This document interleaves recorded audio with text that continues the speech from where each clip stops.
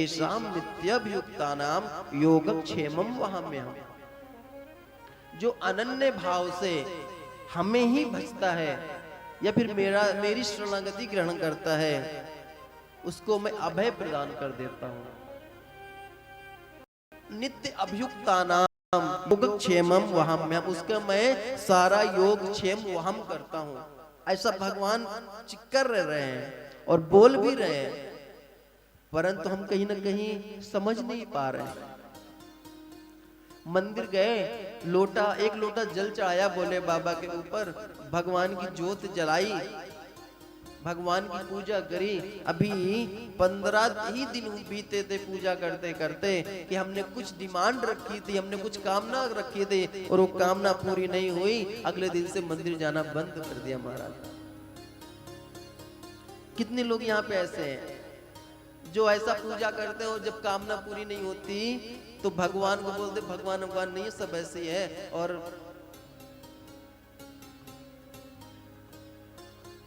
ध्यान देना, एक छोटा भगवान क्या कहते हैं कि मैं भक्तों की रक्षा वैसे करता हूं जैसे एक माँ अपने बच्चे की करती है। एक बच्चा होता है वो चाकू के लिए दौड़ता है, किसके लिए? चाकू के लिए दौड़ता है, परंतु माँ देखती है, बोले अगर ये चाकू लेगा तो हाथ काट लेगा और रक्तस्राव होगा। इसलिए माँ क्या करती है, उस चाकू को उससे हटा देती है, दूर कर देती है और वो बच्चा रोने लगता है और माँ से गुस्सा हो जाता है। अब आप बताओ गलती किसकी है? माँ की कोई गलती है क्या? फिर बच्चा गुस्सा हो जाता है और हम भी वही काम कर रहे हैं। हम वो सब मांग लेते हैं जिसके लिए, जो चीज हमारे लिए उपयुक्त भी नहीं होती, और भगवान वही देते हैं जिसके लायक हम होते हैं या फिर जो हमारी आवश्यकता होती है, भगवान वो सब करते हैं।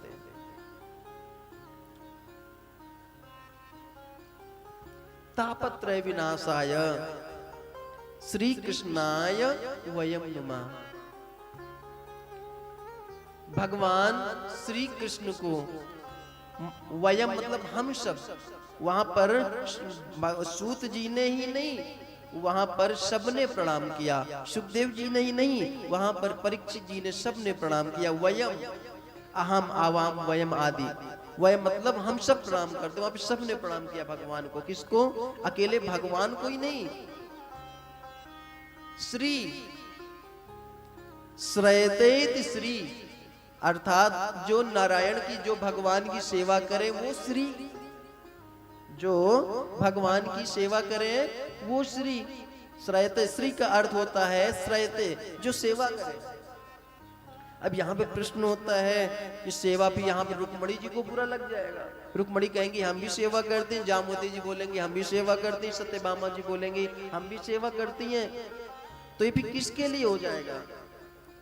तो बोले श्रयते श्रयी, जो जिसका पालन किया जाए, जिसका अनुसरण किया जाए, उसको भी श्री बोलते हैं। देवता भी श्री, अर्थात जिनकी भगवान सेवा करे। तो भगवान किसकी सेवा करते हैं? प्रभु श्री कृष्ण राधा रानी के चरण दबाते हैं। इस चीज को किसने देखा था? इस दृश्य को महाराज सूरदास जी ने देखा था कि भगवान कुंड में राधा रानी के चरण दबा रहे हैं। तो ऐसे भगवान श्री कृष्ण को हम प्रणाम करते हैं। भगवान श्री कृष्ण और भगवान श्री राम। कोई आचार्य कहते हैं कि एक बार रसखान जी और गोस्वामी तुलसीदास जी वृंदावन धाम में दोनों मिले, और आपको पता है जब भक्त मिलते हैं तो कैसी बातें होती हैं। जब भक्त मिलते हैं तो भगवान की बातें होती हैं। गोस्वामी पाची कह रहे थे कि हमारे श्री सीताराम भगवान श्रेष्ठ हैं, और रसखान जी कहते थे हमारे बालकृष्ण भगवान श्रेष्ठ हैं। बात यहां तक तो ठीक है,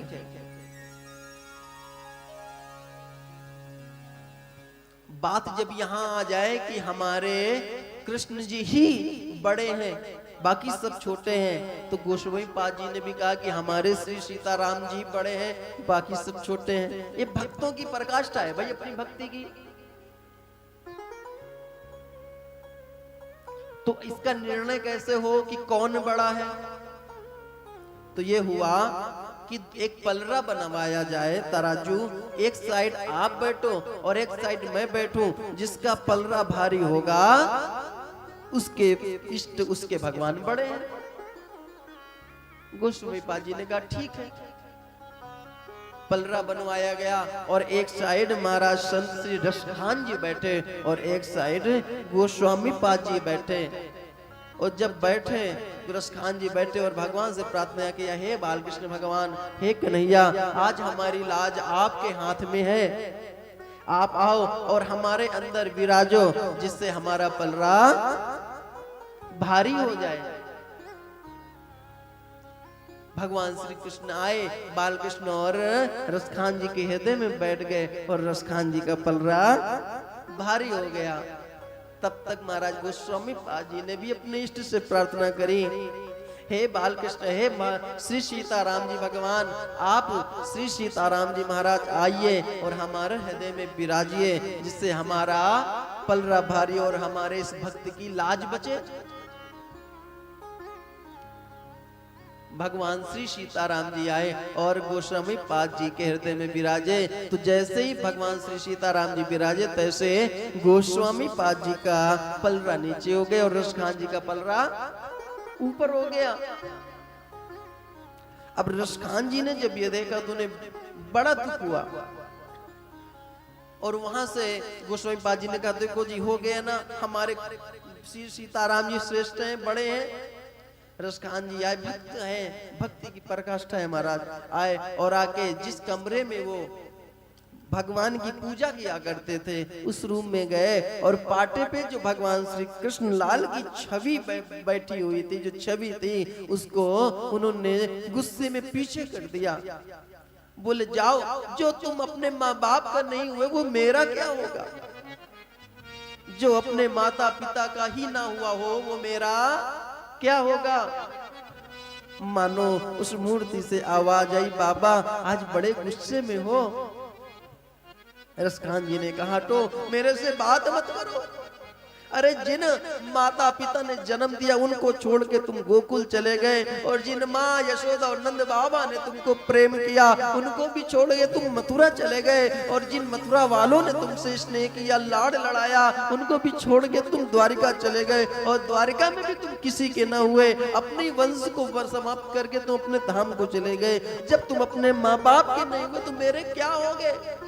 और सच कहूं कृष्णा, मैंने आपके अलावा किसी से स्नेह भी नहीं किया, मैंने आपके अलावा किसी से कोई लाड़ भी नहीं लड़ाया, परंतु आज मैंने देख लिया आप भी हमारे नहीं हो। ऐसा कहते कहते रसखान जी रोने लगे, मानो भगवान उस मूर्ति से कहते रसखान जी की बात होती थी।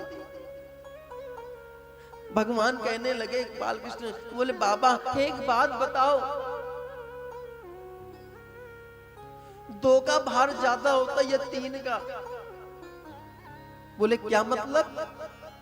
बोले आपने कहा था कि हमको आपने बुलाया और मैं आया और हम 2 थे, मैं और एक आप, परंतु गोस्वामी पाद जी ने कहा था कि श्री सीताराम जी आवे और वो श्री सीताराम जी को बुलाए थे, इसलिए सीता जी मैया राम और वो गोस्वामी तुलसीदास जी 3 लोग हो गए, तो 3 लोगों का भार ज्यादा होगा ना। यदि आप भी बुलाए होते कि हे कृष्ण राधा के साथ आओ, तो फिर देखे कैसा तुम्हारा पलरनी भारी होना होता।